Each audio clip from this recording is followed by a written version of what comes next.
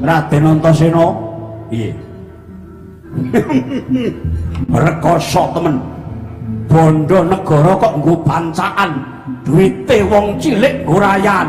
Pandhawa karo Semar ki sejatine piye?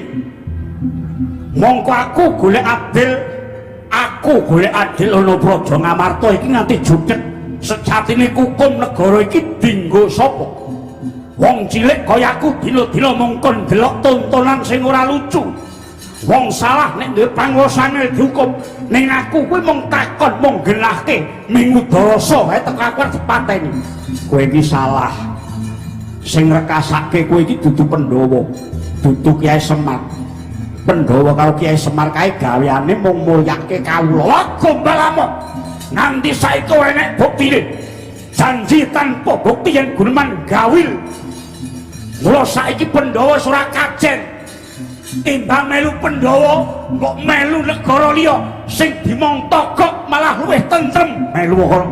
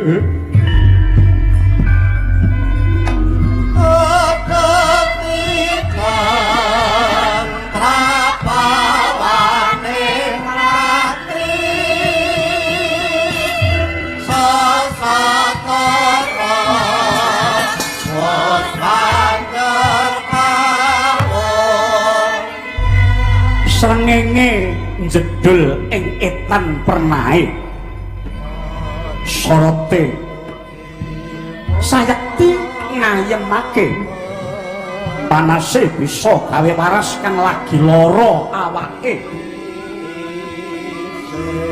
mangkono pelambang sang jiwa minulya ya ki Lurah Semar Badranaya samono lagi ningali kahananing donya iki kebak maksiat rebutan pangkat derajat kelungguhan ingkang murwat yakti tanpa eling yen to duwe kewajiban memulya kawula ingkang sami keserakat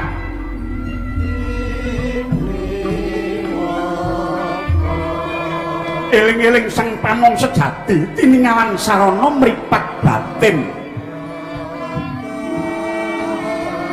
hanenggih kanthi laku prihatin temah ngraita yen to jagat iki sayektine bakal ana owah-owahan gedhe. Oh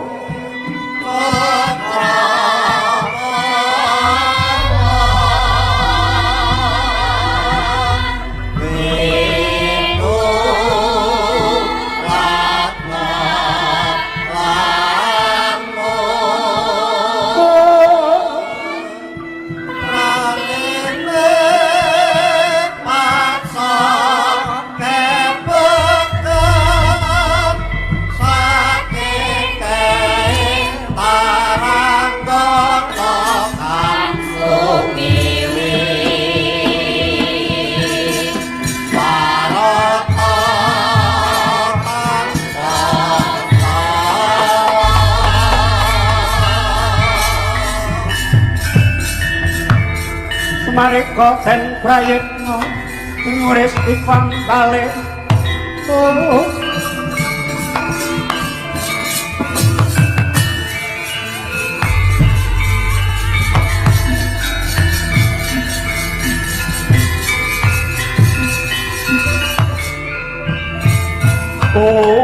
mangumang windriya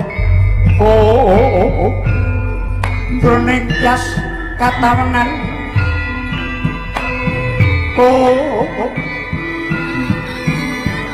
kawengku yang wisesa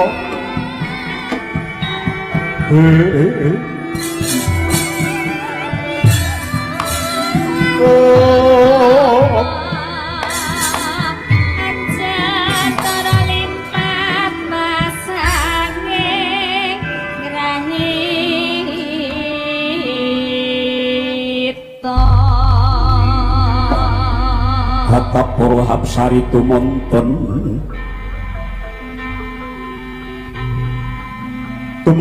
ring Sang Dwija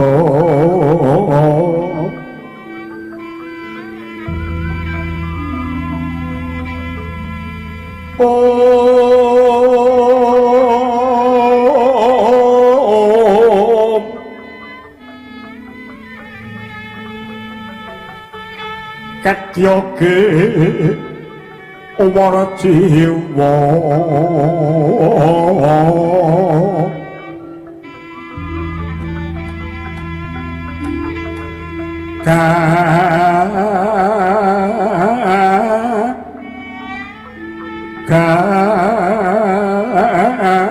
Kasing jastahat kewran ing lakunira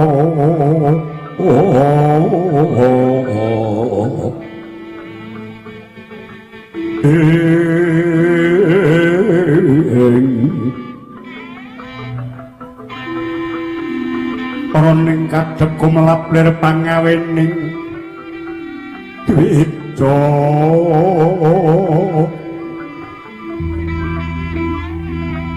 lunging kadung kadyubing marutama anda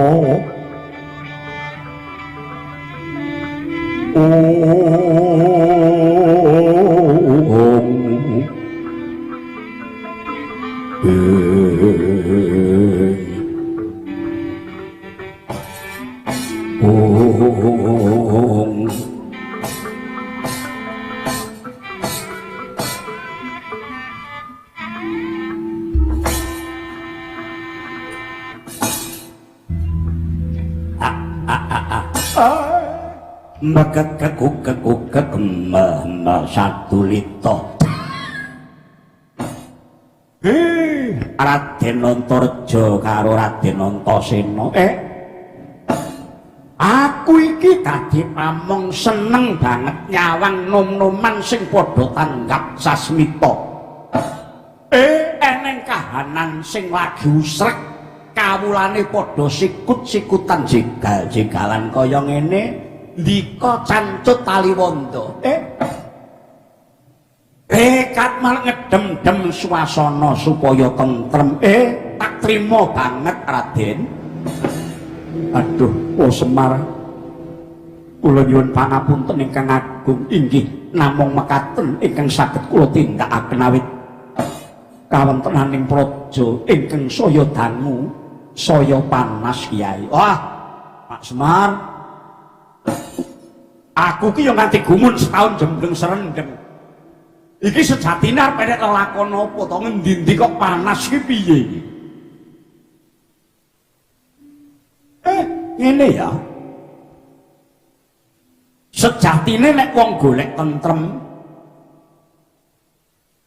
kudu nganggo patokan bisane urip tentrem kuwi nek bisa nglakoni telung perangan siji syukur nalika nampa kanikmatan loro sabar nalika ketaman bilai ingkang angka 3 lila nalika dicoba karo sing gawe urip ngono doelinga nek lagi waras awake doelinga nek bakale iki ya mesti lara nalika lagi sugih doelinga nek tau sejatine lelakon donya iki ora ana sing kedadian kanthi dadakan kabeh kuwi mesti gegandengan karo mula bukane sebab-sebab lan jalarane ngono aduh nggih Kyai ngene ya rina wengi sing digayuh mung katentreman anggere nek padang-padang sing dioyak piye supaya iso tentrem ane cek ya ora tentrem-tentrem ki jane mandi apa ora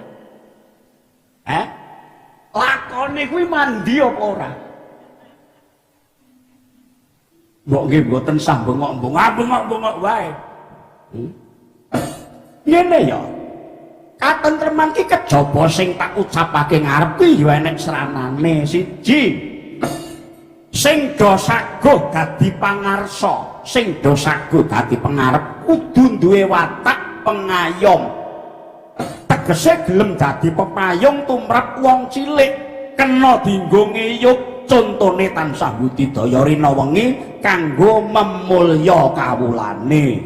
Kuwi nek wong saguh dadi pengayom. Loro. Sing saguh dadi pengarep kudu duwe niat njejekake pengadilan. Laku ning hukum kudu ora kena pilih-pilih. Ora kok wong maling bondo ngantek mlentu wetenge mubra-mubru uripe. Mongko bondo malingan bareng konangan dihukum kudune 17 tahun ning lagi seminggu wis metu mergo nek pokaling ngayaka negara sing cangkeme kaya asu. Lah sing dadi pamong kudu tansah ngudi undhaking panguripan, aja nganti ana wong cilik sing kekurangan sandang pangan lan papane. Butuhe wong cilik ya mung kuwi.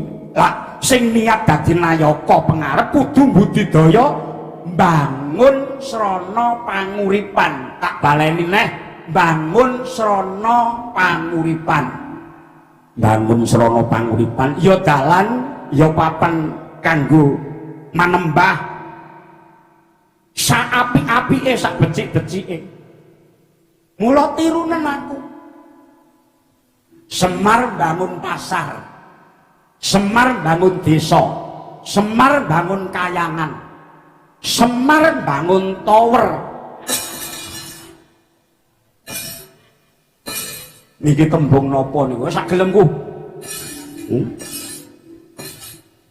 Wujud dalan omah papan pamulangan kuwi wujud lahir. Lah sing dibangun ora mung sing ketok mata, sing ora ketok ya kuwi lakuning batin. Sing dibangun budi pakarti luhur, carane meneh ana tuladha sing becik. Pengarep kuwi ya kena kanggo conto. Nek dadi wong apik kuwi ya sing apik tenan. Aduh inggih Yai, rungokno iki. Sing jeneng pengarep ora kok mung pengareping pamrentahan, pengareping yoga yo patuladan. Pengareping panjak yo kena kanggo conto. Nek kira-kira ora wayahe merem ki aja ngajak merem. Ngono kuwi carane. Ayo kuwi bener kuwi. Ati engko ndak dikira aku mau ngenani sapa-sapa ora. Olah pakartine cipta rasa sing ora nganggo dasar kautaman, anane mung padha milik gendong lali. Nek wis milik gendong lali terus babi wuta tumindake sak karep-karep. Nanging lajeng kados pundi kawontenan menika? Ya piye meneh iki kudu ditandani. Merga ngamarta kaya ngene iki Pandhawa kelangan jamus Kiai Jimat Kalimasada.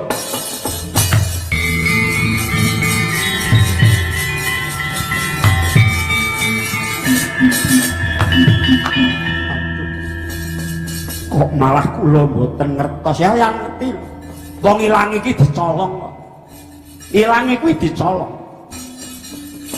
Malah saiki sing kagungan layang Kalimasada ya ora ana, pakmu gedhe.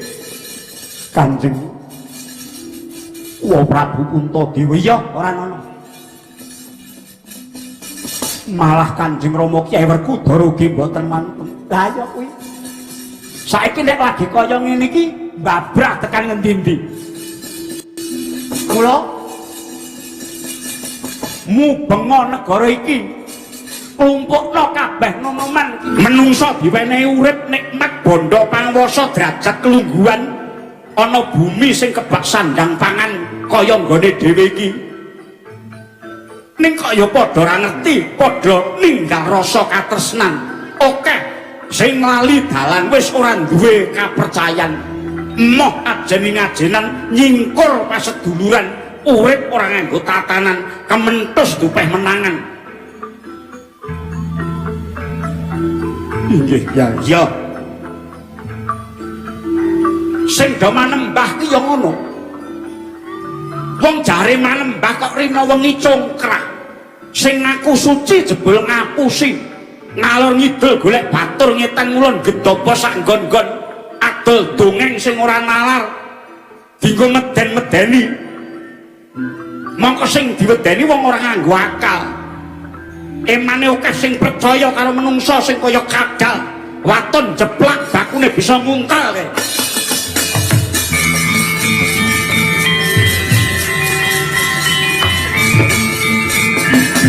Undang kancing langit kelap-kelap katon lirkin sanging alit. Resan mawe kandrung. Aduh yai marem rasing manah kula. Wonten gregeting para mudanggen kula badhe tumut cawe-cawe brantas angkara murka ya. Mara saiki budhal. Nggih. Kula nyuwun pangestu yai.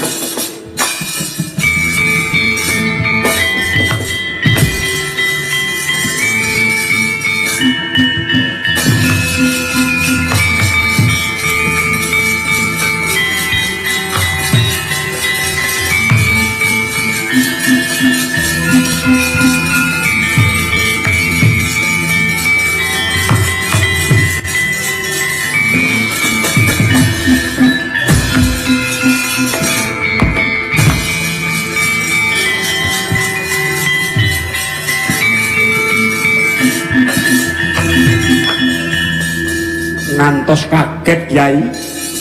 Anoman kowe kaget. Inggih.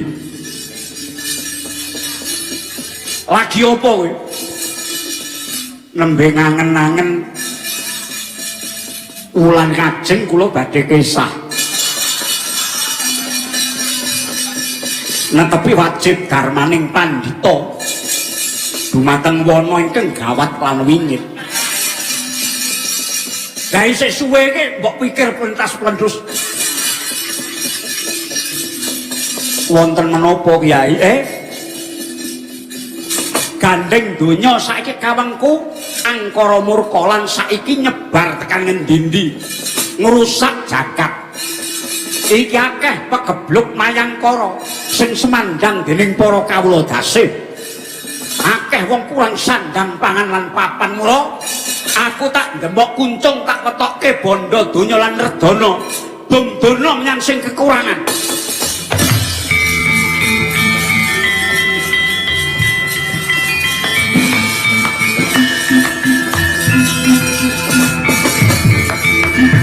Wah, kata saya kekekno. Kok kata iya aku arep nggo apa? Wis tuwa kok ora mikir kaya ngene, kekekno. Nek meni aja sithik-sithik sing bral-brol. Kancamu ben rada seneng. Nggih, Yai. Lajeng ingkang dipun paringi menapa sederek tunggal bayar ututu tunggal bayar wabrak apa? Lajeng para kawula sing padha kekurangan keweneh ana. Lajeng wonten wae sak dalan-dalan wong kekurangan ki akeh. Wah, aku namung ngistuaken dawuh. Ora usah pilih-pilih, kabeh diwenehi diweratake. Mangke menawi kirang caluk aku meneh. Tungno. Wis. Oleh sandang pangan pisan pindho tungno. Sesuk bengi yo disebar. Oh ana. Oh nggih, Yai ngistuaken dawuh. Nyuwun pamit, Yai.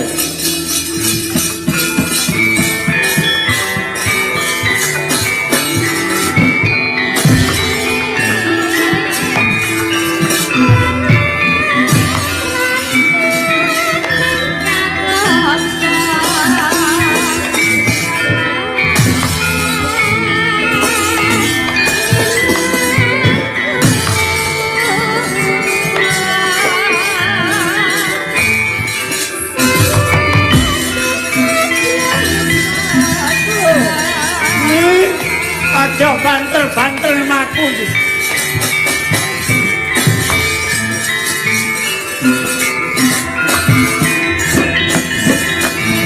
Wong Dewangkara kingkin ler mangus wokang layon kenya ilang memanise wadanan ira layu kumelku cemrah maratani marang sariranipun anake sing bayi kula gendong wong nangis mawon sapa Wipra to nggih Kyai niki sing kula tuntun malah mung gegem orang cah cilik barang apa yang duwe isin pitekno wong ora iso ngatoki anak ya sampeyan niku duwe anak ya nganti digendong dinjet dipikul sing mleh niku mbok ampun moyo-yo to lah wong jenenge kowe iki pancen ya reden kok wong ora dikumpuli kowe iki manak wong kok mung disenggol tok kok meteng kowe iki kebangetan kuwi sing gendong sing cilik kok kowe ya wis meteng meneh iki jane iki. Kowe iki wong bayi apa wong mencret? Aduh, iki ampun nyeneni kula nyeneni piye? Sampeyan golek sandang pangan sing ikhlas ya ki. Aku ki ya ikhlas, nek ra ikhlas kok ngalor ngidul golek pangan anakku tak pikul tak gendong ngene. Aduh kek teng pundi le golek tetedan engko rak yo oleh.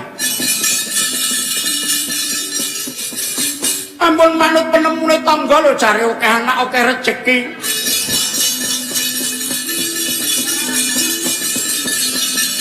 Iya ya Nyi. Kek ngendi-endi saiki wong nek dileboni gawean akar nembung makarya ning kono mesti ditulak. Mongko anakmu semene kae bocah semene semega kabeh mbok nggih dateng desa wetan mriku mbok menawi wonten tiyang gadah panganan panganan ramyan ingkang sasongko kumenyar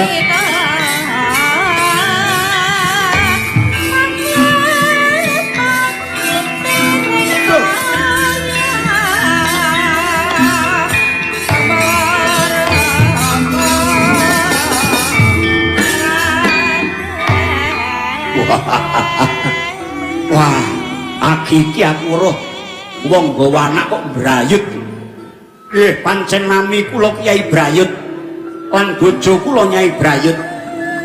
Nggih, katobat, pun sewu kethek putih sing saged tata jalma menika sampun kondang menawi ndika Sang Hanuman. Iya.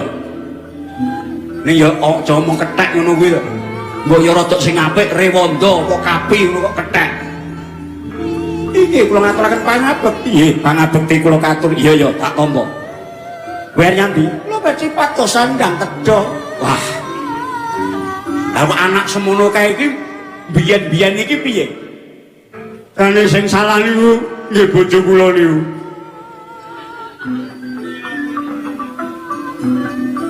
Kula jak leren sewengi mawon nesu. Kula tundane kok anak kok ngene. Wis aja semlang tak pene redono yo maju rene. Tobat. Yo iki tampanan. Lho kok katasan? Iya, ora apa-apa. Pisan-pisan mene iki sing rada akeh. Wah, aja wawe. Ngaturaken panuwun Yanoman. Iya. Patobat nuwun badhe tindak pundi? Aku pancenan paring redono yang sapa bae. Ngaturaken panuwun Patobat. Pak Nea yo mulih kek nggodhog wedan. Kek adang anake dipakani. Iya, anake ta Pak. Mangan leman. Mbak, mama. Mangan Pak. Aku arep gaglak aku mbadhok Pak. Cangkeme lho.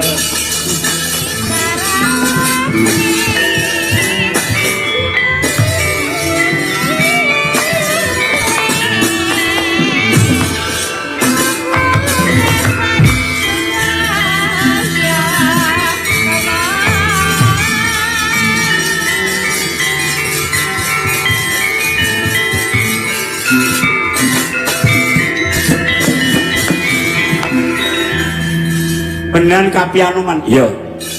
Kowe sapa? Kula Ki Krama. Kowe nggawa gerobak sapi nggih. Kula ning ngendhaleni gerobak kula. Gerobak sapi arep mbok go mandi. Badhe ngangkut gabahipun tiyang kidul dusun ngriku. Nggih sak angsale kenging kangge nedhi sak anak bojo kula. Wis ora usah mbok teruske. Nggih, majune tak wenehi. Dipun paringi napa? Paringi redana. Ampun.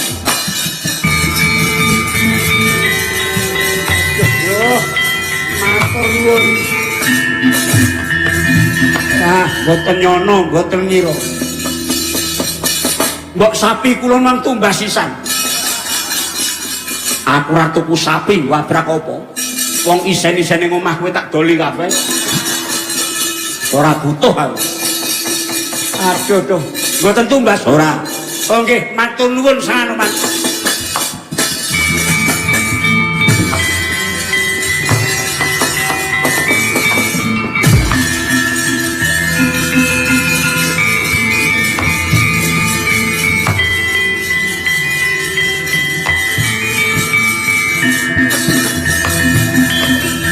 Ya jauh ngono kuwi. Apa? Lah opo to, Pak? Dadi kaya nek rasudi kok pek bojo. Wong lanang ora bisa ngayani, ora bisa meneh. Rasa marep karo wedok ben. Lah kowe nang ndi? Mbok menawa sik bukake ndoli. Kono ki wis tutup ora. Rasudi. Lha Bang, iku wong lanang kaya ngono lho wong adol awak gendang. Isek seger kaya.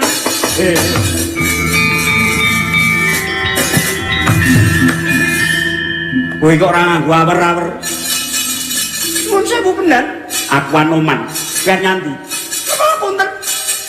Iki lho bojo kula niku mboten ngopeni dateng kula batu-batu urip angele kaya ngene kok bojo ayune kaya kene kudu ditokle wae. Oh. Ipun.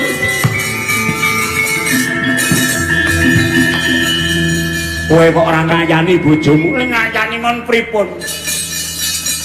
Ampun gugu omongane cah niku. Niku pancen cah wedok pelanyan. Lah kok ya mbok pek, lah kula tresna. Wong tresna kok karo wong kaya ngono ki piye? Kowe kajenge. Nggih mben kula nggih saking mangkel kula jegur ke kali.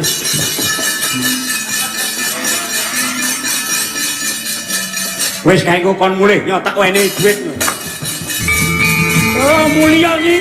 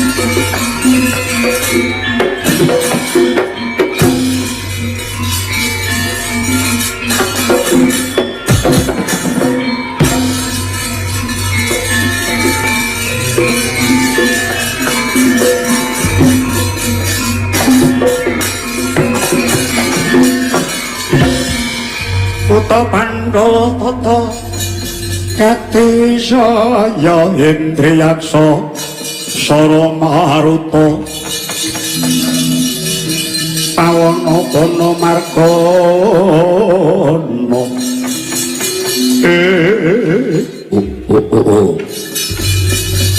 Wong Tetewan Kalaludra Mahadewati Rama Penemban Wisuna apa nggen anak Prabu lan kowe Togok lan Sarawita untung pundi kok ngadhawu Dalem wonten prindi Kanjeng Jawa?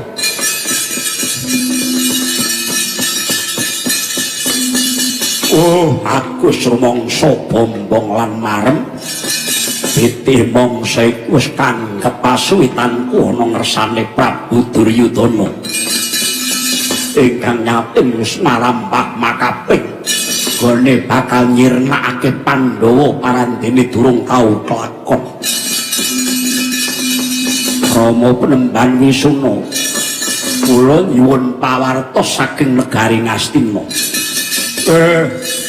anak Prabu yen mung perkara wong Pandhawa empa pinecok gudir Indra suwe mijet woh ranting gampang nggone merjaya merga saiki Pandhawa kelangan pustaka Jamus Kyai Jimat Kalimasada Pandhawa kaya disebarke plat papat bingung nggone goleki ngendi papan dununging pusaka Pandhawa mau Mula kang saka kuwi aku iso mesthekake yen Pandhawa kelangan pustaka Klimasada ingkang dadi adek-adeking Pandhawa mesti cepet matine. Lah ta. Yen to pancen mangkono Togok, untung wong juga ngadhawu.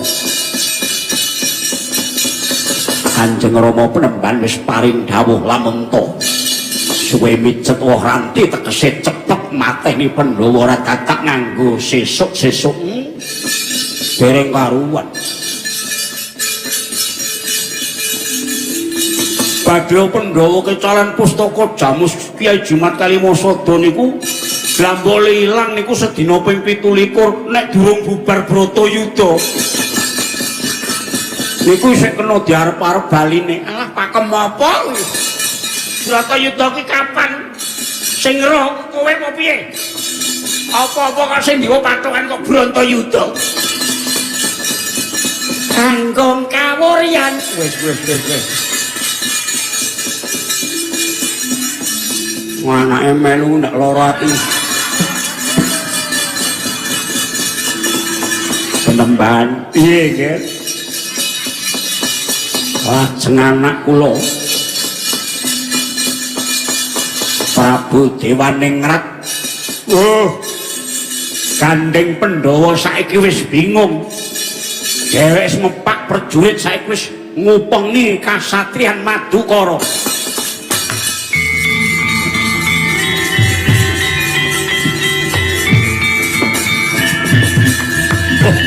lah ta yen ngono besok gak tak ngenteni apa disengkake patine Pandhawa karo meneh wis nyebar wong sak nggon-nggon sing takon laku sandi sing pinter ngapusi takon do ngapusi sing pinter bubrah nalare bocah takon bubrah dadi saeneng-enenge wong negara Ngamarta saiki mung do bingung ngaturaken panuwun Penemban ora bakal manggo katentreman mila saking menika kok Krek lampit rungkat kimpul gajah Larsinga Barangga budalna wadyabala ngestaken dawuh kunjing langit kelap-kelap katon lir kincanging alis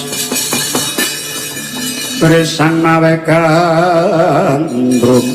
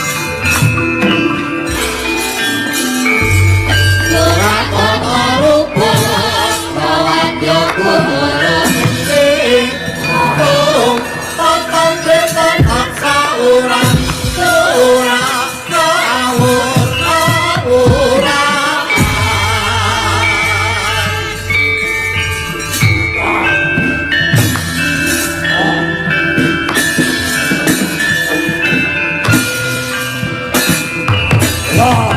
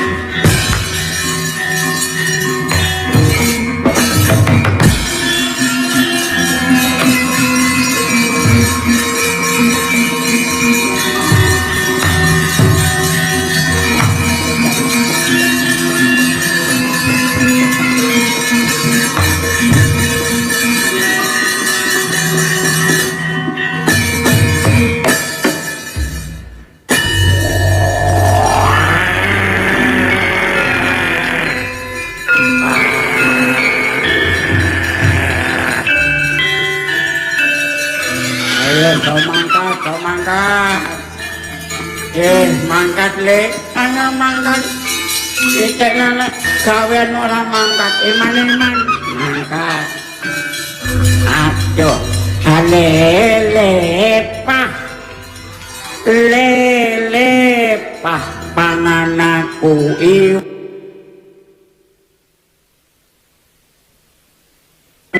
mentah.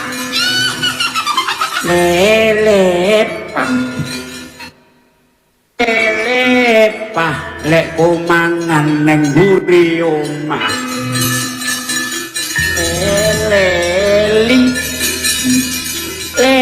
Leli pangananku iwak elok. Ora cocok iki piye? Wae ora cocok iki piye? Ya.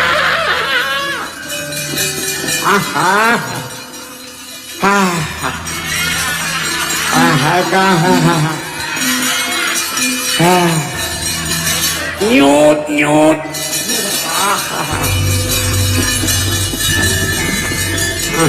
Iki gak tambah kene ngendi? Kok saya gede. Karo mboke kon nganggo pempes ora muat. Malah mecotot iwon. Oh, kembet dikandani tanggaku jare kon nambake ning gone Pak Deyoko. Bareng tekan kono malah dibukake sarung. Alah kok manggo mriki lah niki nggen kula luwih gedhe. Konco mboten sah diobati. Mangke ilmu klentik mawon. Bareng tak kok ilmu klentik ora mari gur gilap. Der. Wah, dikai probot top.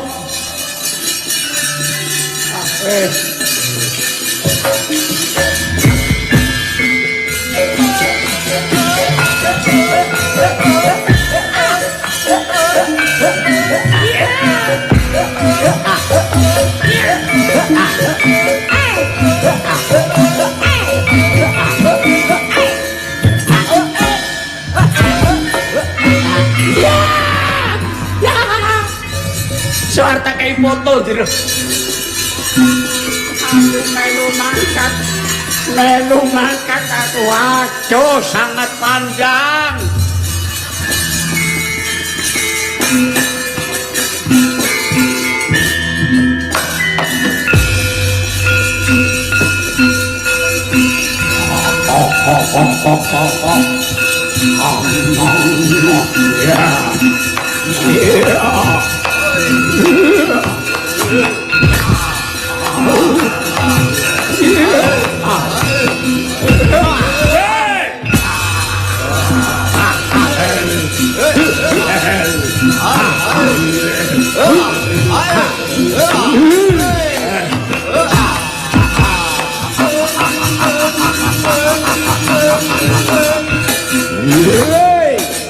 Serang.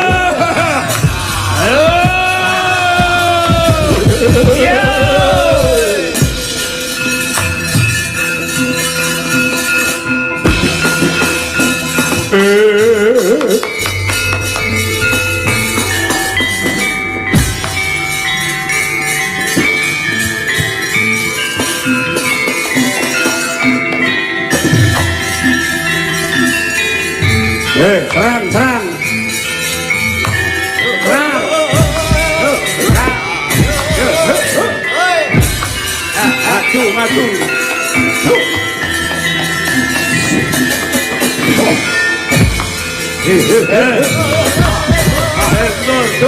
Tur.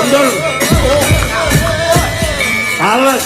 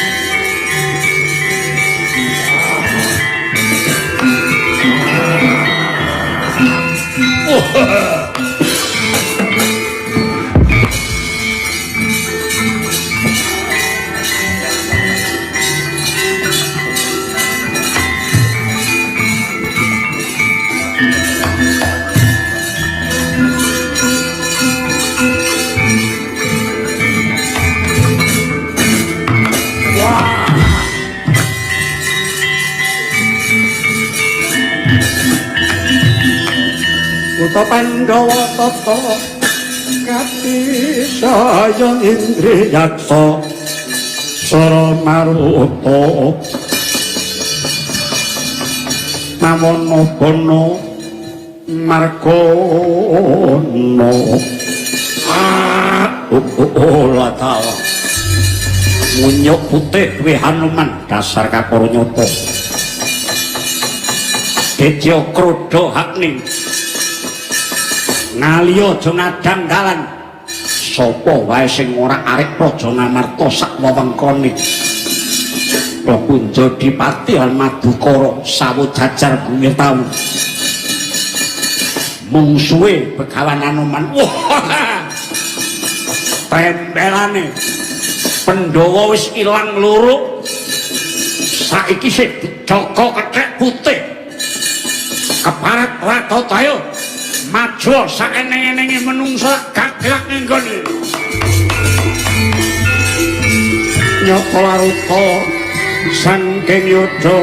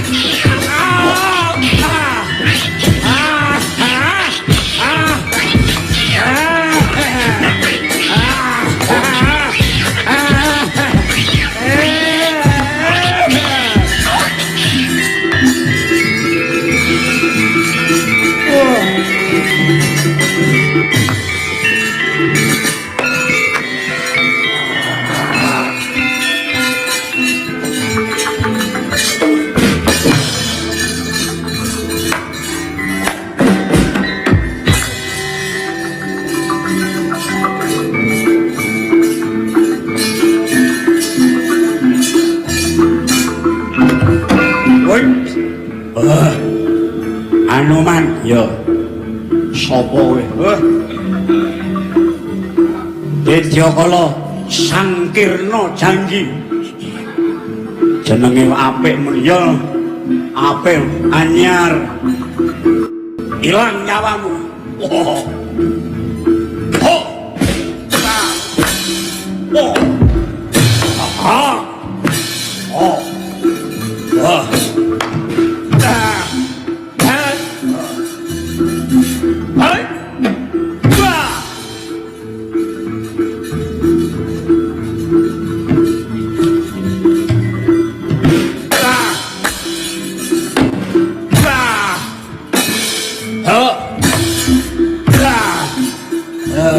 Biar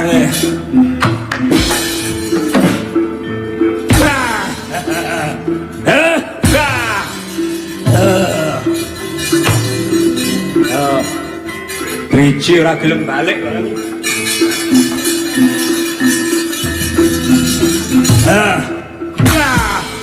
Yo! Yare.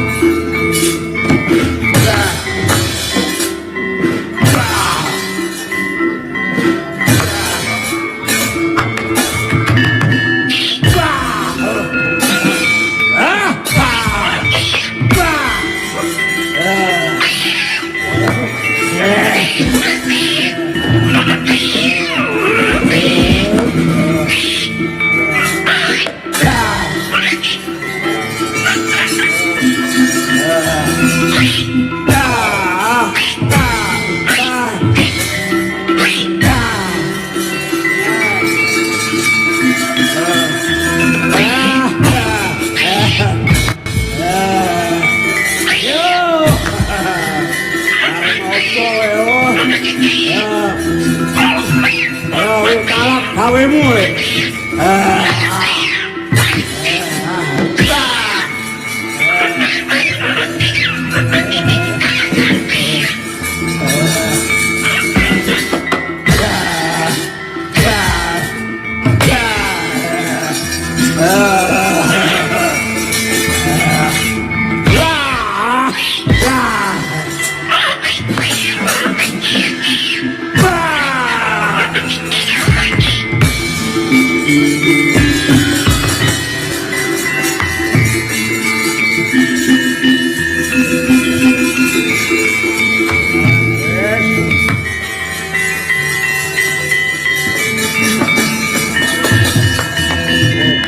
mundur. Aku kah nek bendene le nuthuk dirusak ngono ya. Gong. Rusak wis. Mundur iki Anoman mbebayani. Lajeng kados pundi penemban wis to. Nekuk penjalin lakune milih dalan liya.